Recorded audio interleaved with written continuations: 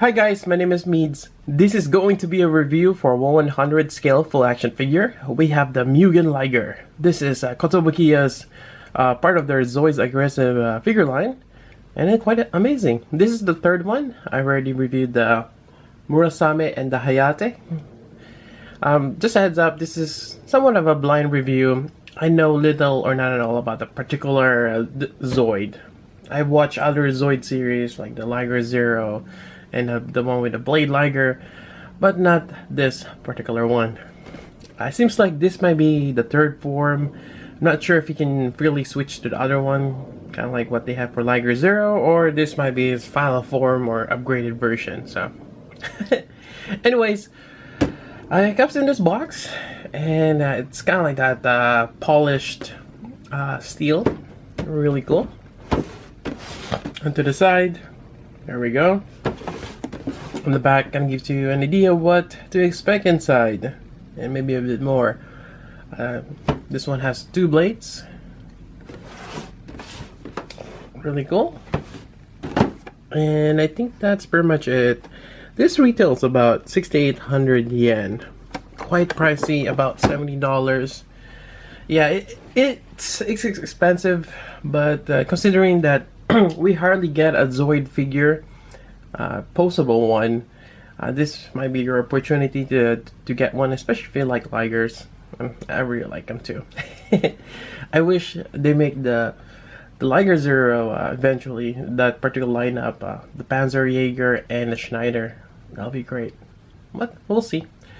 So far, they have the Blade Liger coming up, so yeah, I hope that they do make that. Anyways, that's it for the box. Let's take a look inside. Alright, so I got all three of them. We got Murasame, Hayate, and Mugen, and they look great as a display. Since we have varying colors, we have the blue, red, and white, and I like how it progressively get crazier in terms of design. Starting here, we just got a few in terms of the main, straight main. Here we get a lot more aggressive on that one. Then here you just got spikes. Really cool design. And as well as the blades, you start with one blade, then you got two blades here, then at the end it's just a amount on the back, and it's bigger. We'll go over that in a bit. Same with the tail. Overall, it's a great design. I really like it. And that's pretty much it in terms of comparing it with the other two. And let's continue with the review. Alright, and in terms of articulation, it's pretty much the same as the other Zoid Aggressive. And just looking at this, you have clear eyes here, and you have a cockpit that you can flip out. There's a hinge there. Not really much anything there, but if you ever have a really miniature pilot, you can put one there. Let's see what else moves here. The main on this particular one is fixed, but this one you can move up and down. And I don't think you can move forward and back, but up and down. Great details. I like the fang there. Really cool. You can move the mouth. And you also have another main here. A lot of sharp details. Really amazing. And on the bottom side, you have these cannons here. Typical for Zoid Liger.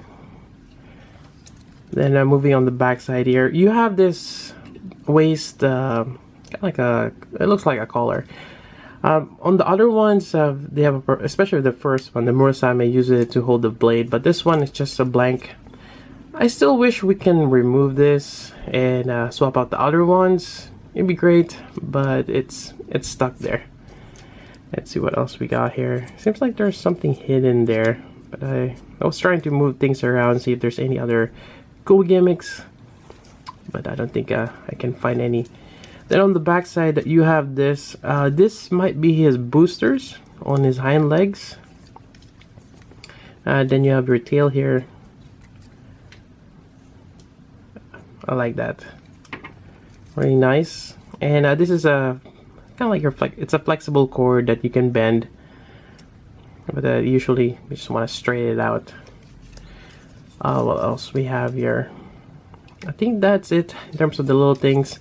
Now for articulation, it's very articulate. You can push the joints in for the shoulder, or you can extend them out, and it's a combination of a ball joint right there into the torso and a hinge.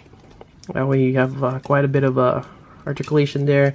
Then basically all these red parts are joints, which is awesome that they did that. Then even on the paw here, you got quite a bit of articulation. There's a ball joint there. Really great. Yeah, you can do a lot of cool poses with this. Same thing with the hind legs. All those are articulated. And you can also extend the joints by just pulling on them. There we go. Now for the body, you can also extend it. There we go. So there, it extends this way. And again, combination of hinges. And I think there is another there. So there's two parts. It does make the thing very wobbly. I think it's just how the figure is designed. I don't know if there's a way to tighten those joints. To be honest, it doesn't really much matter. There is, in this middle torso here, there's that little tab there. And if you get a flat screwdriver, we can pry that out. See if I can do that here. It's actually a little difficult. Doing it the first time, but let's see here. I almost got it. There we go. So if you take that little panel out, there's a screw there, but it's probably what holds the torso in. But there's another separate piece which you can plug in there, and you have your typical, might be a 3mm peg. This does not come with a base, so you might have to look for other base, and luckily it's your typical peg. And let me find one real quick. Alright, and I'm using a Tamashi Stage Act trident.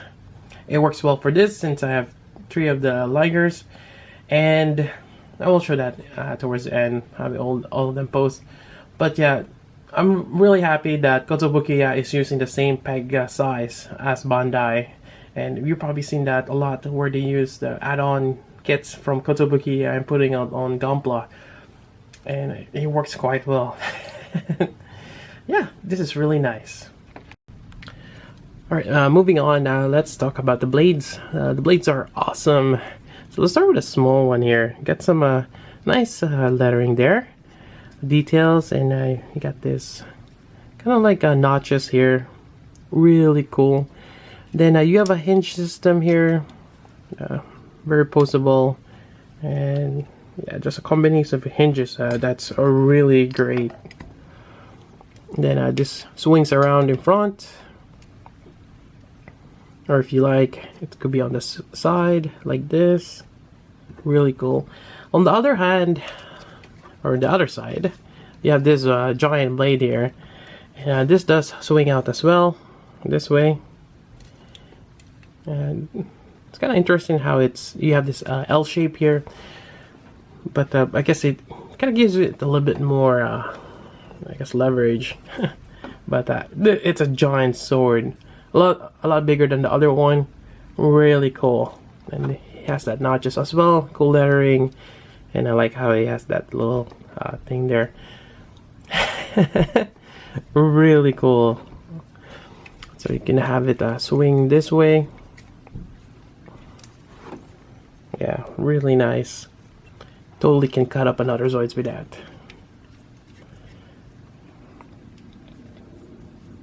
I think yeah, it probably uses its boosters and its weight, momentum to deliver a real a lethal blow. Yeah. But yeah, this is amazing. Really nice design, and overall, yeah, I'm really happy with the Zoid Aggressive line. They're making quality figures, and I think oh, forgot, there is a spike here. Yep, so there is a spike here, like a hidden one. It's like a piston. Kind of reminds me of Al Tyson. It's kind of wish it's a bit longer. I'm not sure if I can extend it a little bit more, but yeah, it's just a piston. Maybe when it's hit something or to mount himself on the ground, it uses that piston. So that's that. But yeah, overall, this figure is great.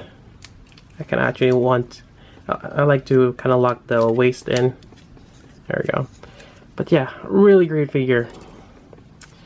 Alright, and let me post it back with Trident. Here we go. They look great, especially using the Trident stage act, and this is really cool. Yeah, and I think this is the best way to display them. Have them on the flight pose, have them lounging out. Really amazing figures. And I think that's pretty much it for this review. I hope that Zoid Aggressive will continue the line and make more of this awesome Zoids. And hopefully they branch out other than just the Liger. I mean, they're focusing the Ligers now, but it would be nice to see some Gun Sniper, some Shadow Fox, and maybe Lightning Sykes, or even a Berserk Fury. Definitely, I will check this out. And hopefully they keep the price down. It's a bit much at $70 price point, but it's I couldn't really complain. There's really no other Zoid figures of this. I mean, something that's easy to play with right away. They made some before. Some were motorized. I'm not too fond of motorized stuff. Or otherwise, you have to build a kit. Zoid kits, I think 172 scales. They're actually quite big, and they're kind of like a master grade counterpart. They're close to $100. Yeah, and there are smaller kits. So yeah, this one, it's already a figure. They're ready to be played with. I didn't really have much issues with them, other than I've noticed some noticeable nubs with the red and blue. The white one, I didn't really look closely, but they're not that noticeable since he has a white collar. The red and blue usually sticks out a little bit more. Other than that, the other issues I've heard people complain about, not so much for me, is the waist. It's loose when you extend the joint out, but for me they're fine, especially when we're putting it on the stand here. Yeah, even if you extend it out, I think it'll be alright. Yeah, and yeah, really great figures, and they're quite amazing. If I have to pick between the three, that's gonna be a tough choice. I like them all. They have their own certain charm to them. But I might have to pick the Mugen. Mugen has it all, and does remind me of the Tiger Zord. So, yeah, it's amazing.